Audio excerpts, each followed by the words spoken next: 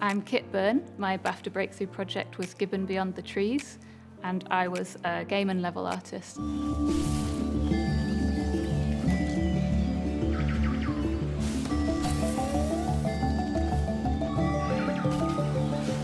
You play as a gibbon, brachiating through the trees, through the jungle. That's the term that they use for how they swing with their arms. And it's this really beautiful jungle environment. But you also start to discover the presence of humans and the impact that they have on the habitat, and the narrative kind of unfolds in that way. My favourite part of working on Gibbon was probably the subject matter, actually. It was a cause that's really close to my heart, and everybody else on the team really cared about nature and cared about the message of the game. So it was really a life ambition to work on something that had a really good cause like that.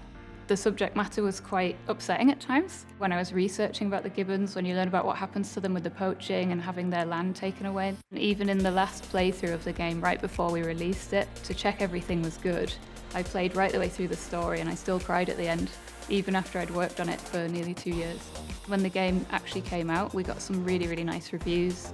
People really appreciating that we'd managed to take like a quite heavy issue and fun gameplay and somehow managed to weave them together quite successfully.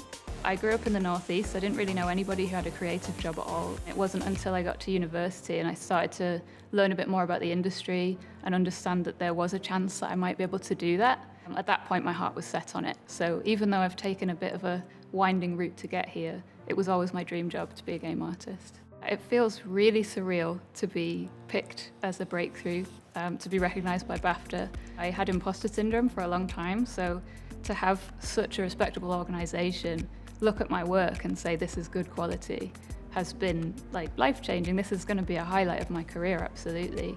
It feels really special to me to be part of the BAFTA community. I'm really looking forward to meeting other breakthroughs on this game, but I'm also really excited to be part of the community in the way that there's outreach to helping people get into the industry, to help them to understand that whoever they are, if they want to make games and they work hard, they deserve a place in the industry. I'd really like to be part of that journey to make it a more inclusive place.